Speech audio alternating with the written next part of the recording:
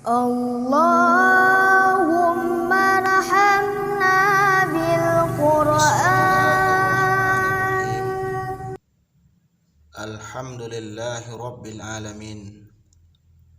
Wassalatu wassalamu ala asrafil anbiya wal mursalin wa ala alihi wa sahbihi ajma'in. Pada video kita kali ini kita akan melanjutkan pembahasan tentang huruf alif dan fungsi-fungsinya di dalam penulisan ayat-ayat Al-Quran. Pada video kita sebelumnya sudah kita bahas beberapa fungsi alif, di antaranya alif berfungsi sebagai tanda dari akhir kalimat. Kemudian alif juga berfungsi sebagai tanda dari bacaan panjang atau mada. Ketika huruf alif terletak setelah huruf-huruf hijaiyah dan huruf-huruf tersebut berharakat fathah, maka alif akan dibaca dengan cara memanjangkan bacaan huruf-huruf tersebut.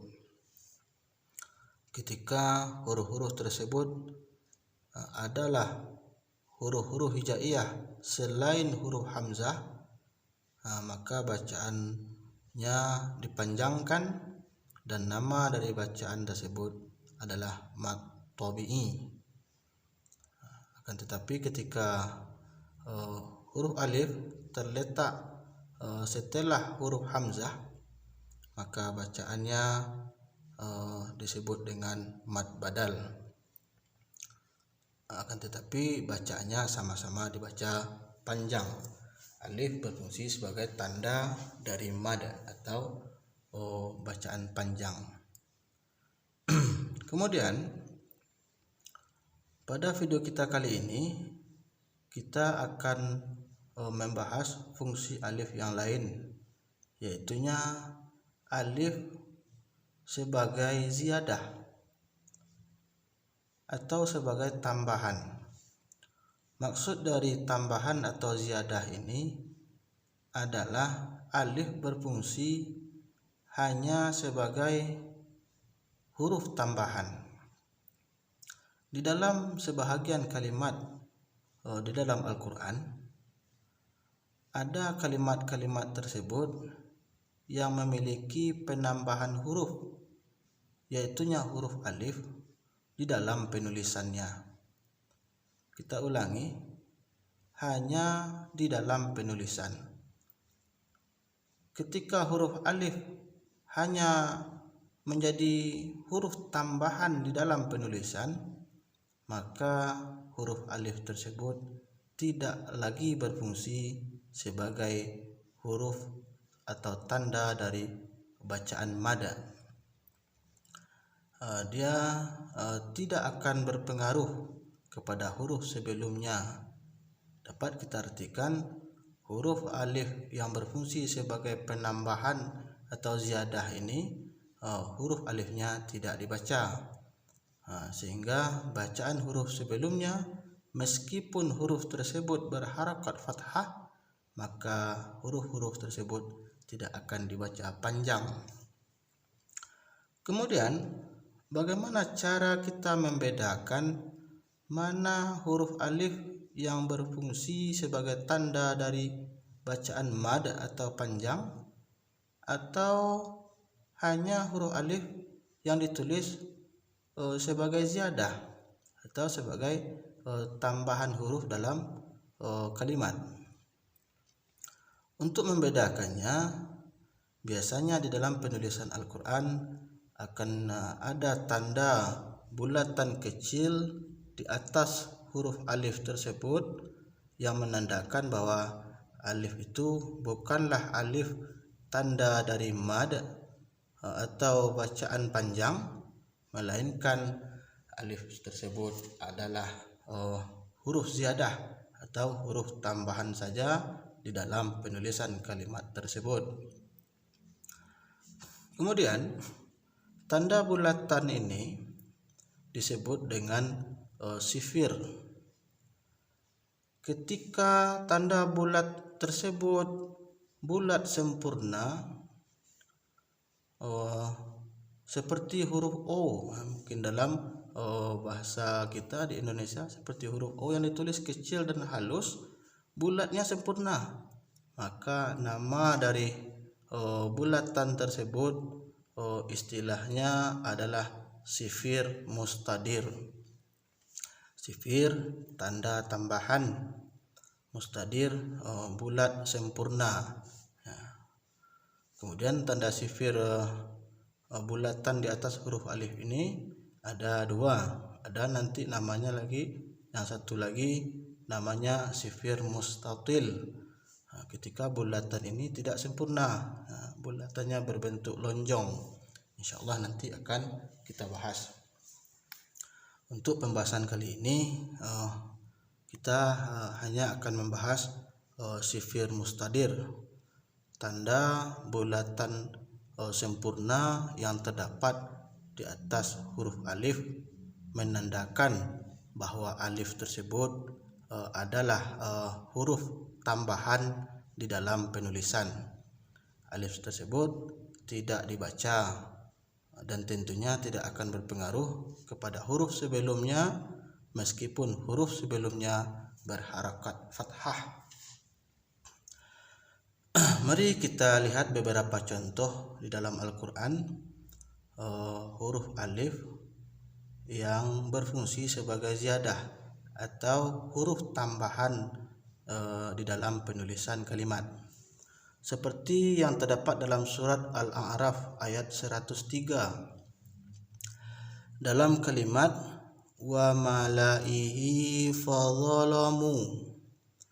Di sini kita menemukan dua huruf alif setelah huruf lam yang berharakat fathah, kemudian setelah huruf waw sukun.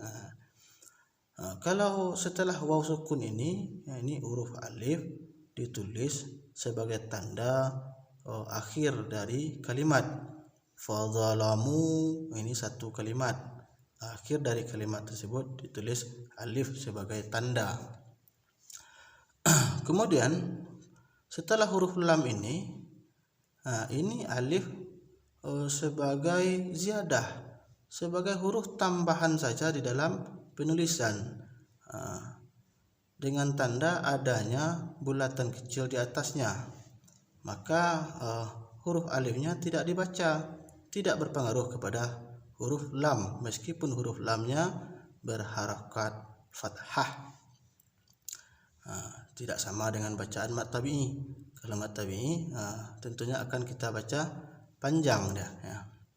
Tetapi di sini cara membacanya ketika kita wasal, kita lanjut, itu kita baca wa malaihi fadzalamu, la-nya dibaca pendek. Kemudian kita lihat contoh yang lain yang bisa memungkinkan kita wakaf atau berhenti. Kalau dalam kalimat ini tentunya tidak memungkinkan kita untuk wakaf atau berhenti. Sekaligus kita mengetahui bagaimana caranya membaca huruf yang terletak sebelum huruf alif, yang huruf alifnya bukanlah tanda dari mat tabi'i atau pemanjang kalimat. Huruf alifnya hanya berfungsi sebagai tambahan huruf di dalam penulisan. Cara membacanya ketika wasal tadi sudah kita sampaikan, dibaca pendek saja. Kemudian ketika seandainya kita wakaf, itu boleh kita baca pendek, dan lebih utama kita baca huruf yang terletak sebelum huruf alif ini kita sukunkan saja. Ketika kita wakaf boleh kita sukunkan saja. Misalnya kita baca wasal terlebih dahulu, liyarbu wa fi amwalin nas. ketika kita wasal. Kemudian ketika kita waqaf, boleh kita sukunkan saja huruf waw ini yang terletak sebelum huruf alif ziyadah. Seperti contoh mirribal liyarbu. Kemudian kalau kita lihat kalimat ini, kita menemukan dua huruf alif. Yang pertama alif ziyadah yang bertanda sifir mustadir. Kemudian ada juga alif yang juga terletak setelah huruf waw. Nah, ini tidak ada tanda ziyadahnya. Berarti huruf alif di sini berfungsi sebagai pemanjang bacaan atau mad, sehingga bacaannya menjadi panjang. Liyarbu fi amwalin nas. Liyarbu fi amwalin nas.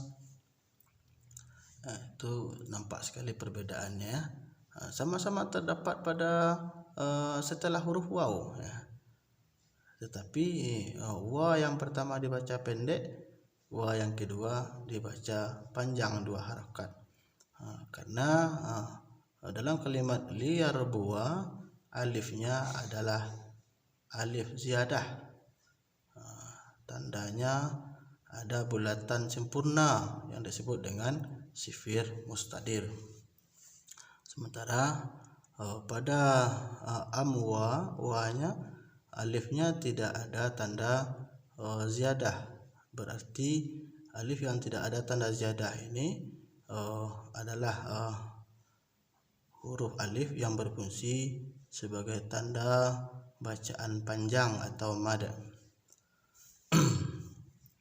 Kemudian ketika kita wakaf dalam kalimat yang seperti ini, boleh kita sukunkan saja huruf sebelum huruf alif ziyadah tersebut. Seperti dalam kalimat yang tadi kita baca, mirribal liyarbu. Boleh kita sukunkan saja huruf wawnya. Kemudian contoh yang lain terdapat dalam surat Al-Insan ayat 16. Dalam kalimat qawarira, di sini juga kita menemukan dua huruf alif setelah huruf waw dan setelah huruf ra. Pada alif yang pertama yang terletak setelah huruf waw tidak ada tanda ziyadah. Berarti alif ini berfungsi sebagai tanda mad. Wawnya yang berharakat fathah kita baca panjang qawa. Sementara pada huruf ra itu setelah huruf ra itu ada alif tetapi memiliki tanda bulatan sempurna atau sifir mustadir, menandakan bahwa alif ini bukanlah tanda dari mad tabi'i, akan tetapi alif ini adalah alif ziyadah, tambahan huruf di dalam penulisan, sehingga dia tidak berpengaruh kepada huruf ra. Dalam artian alifnya tidak dibaca. Cara membacanya ketika wasal dan ketika wakaf sama dengan bacaan di atas. Wasal kita baca ra-nya pendek. Ketika kita wakaf itu boleh kita sukunkan saja huruf sebelum huruf alif ziyadah ini. Ketika wasal misalnya kita baca qawarira min fiddah, qawarira min fiddah, ra-nya dibaca pendek. Ketika kita wakaf atau berhenti di kalimat ini, boleh kita sukunkan saja huruf ra-nya. Qawariru, qawariru, qawariru, qawariru. Karena pada surah Al-Insan ayat 15 juga ada kalimat qawariro. Akan tetapi setelah huruf ro-nya tandanya bukan sifir mustadir, melainkan sifir mustatil. Untuk sifir mustatil nanti insyaallah akan kita bahas cara membacanya. Kemudian banyak sebenarnya terdapat di dalam Al-Quran huruf alif ini yang berfungsi sebagai huruf tambahan saja di dalam penulisan kalimat, seperti dalam kalimat samuda, wa nabluwa, litatsluwa, dan mungkin saja akan kita temui pada kalimat-kalimat yang lain. Pokoknya kalau ada huruf alif yang bertanda bulatan sempurna seperti ini atau sifir mustadir, maka huruf sebelumnya dibaca pendek saja dan dia bukan menjadi tanda dari bacaan panjang. Seperti itu ya. Samuda, wa nabluwa, litatsluwa ketika wasal. Ketika wakaf boleh kita baca samud, wa nablu, litatslu. Tidak kita anggap atau tidak kita baca huruf alifnya. Kemudian di dalam penulisan Al-Quran cetakan Madinah, tanda sifir mustadir juga terdapat pada huruf waw, menandakan bahwa huruf waw itu juga termasuk kepada huruf ziyadah atau huruf tambahan. Tetapi dalam penulisan Al-Quran cetakan Indonesia tidak ada kita temui tanda sifir mustadir pada huruf waw. Seperti dalam kalimat ulaika, cetakan Indonesia tidak ada tanda. Kemudian pada Al-Quran versi cetakan Madinah akan kita temui tanda sifir mustadir pada huruf waw dalam kalimat ulaika. Begitu juga dalam kalimat ulu, pada huruf waw-nya ada tanda sifir mustadir, menandakan bahwa huruf waw ini adalah huruf ziyadah, huruf tambahan saja, tidak dibaca, dilewati saja, tidak berpengaruh kepada huruf sebelumnya. Kalau huruf berharakat fathah bertemu dengan alif biasanya kan dibaca panjang, dibaca mad tabi'i atau mad badal. Kemudian harakat dhammah bertemu dengan waw atau waw sukun dibaca panjang. Tetapi di sini tidak dibaca panjang karena wawnya adalah waw ziyadah. Demikianlah pembahasan kita tentang sifir mustadir. Kemudian kalimat-kalimat yang seperti ini disebut juga kalimat gharib namanya di dalam Al-Quran. Kalimat-kalimat yang bacaannya berbeda dari penulisannya, kalimat-kalimat yang asing, yang aneh dan unik, perlu pembahasan lebih lanjut untuk membacanya. Seperti ini harus kita kaji dulu hurufnya, huruf ziyadah dan ada tandanya sifir mustadir. Demikianlah pembahasan kita tentang alif yang berfungsi sebagai ziyadah atau penambahan huruf di dalam penulisan kalimat, beberapa kalimat di dalam Al-Quran. Berikut cara membacanya. Huruf alif tidak berfungsi sebagai mad, dia tidak berpengaruh kepada huruf sebelum atau huruf sesudahnya. Huruf sebelumnya tetap kita baca pendek saja, dan ketika kita wakaf boleh kita sukunkan saja huruf yang terletak sebelum huruf alif tersebut. Billahi taufiq hidayah. Assalamualaikum warahmatullahi wabarakatuh.